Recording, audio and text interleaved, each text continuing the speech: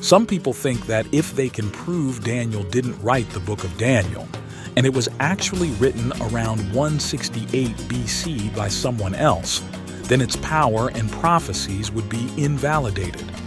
Regardless of the opinions about the date and authorship of Daniel, everyone agrees that the book predicts there will only be 4 major world powers, starting with Babylon, until the end of time.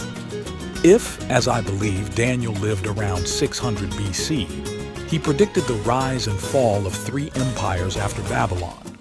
This would be a remarkable prediction.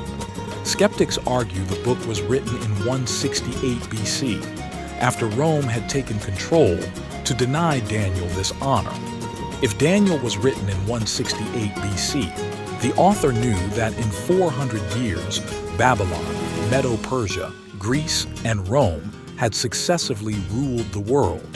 Babylon fell in 538 BC to Cyrus of Medo-Persia. Alexander the Great took over from Medo-Persia in 331 BC, and Rome established its dominance in 168 BC.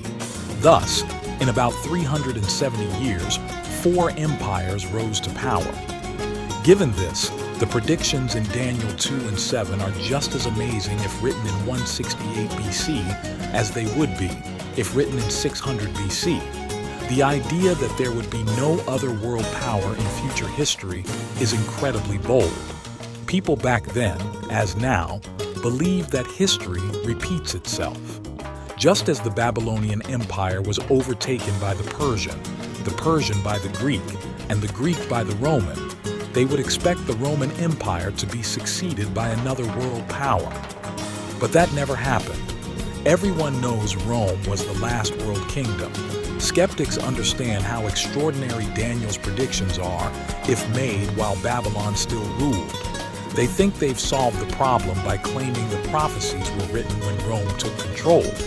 However, this doesn't solve the problem.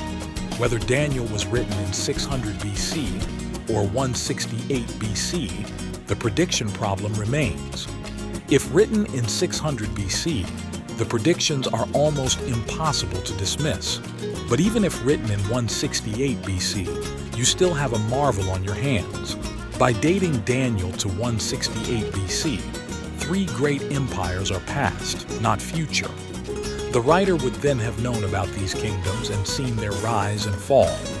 Yet, his prediction goes against all past historical patterns. This shows he had some other source of information.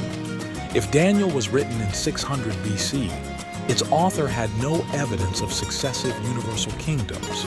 Therefore, his prediction in 600 BC is even more extraordinary. Placing Daniel in 168 BC only shifts the problem but doesn't solve it.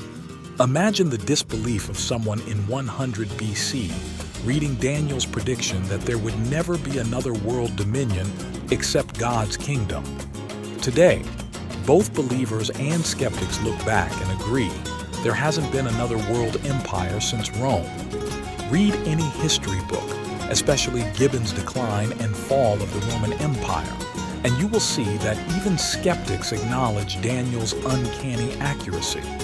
Gibbon describes how northern warriors attacked the Western Empire in the 5th century but couldn't achieve world dominion.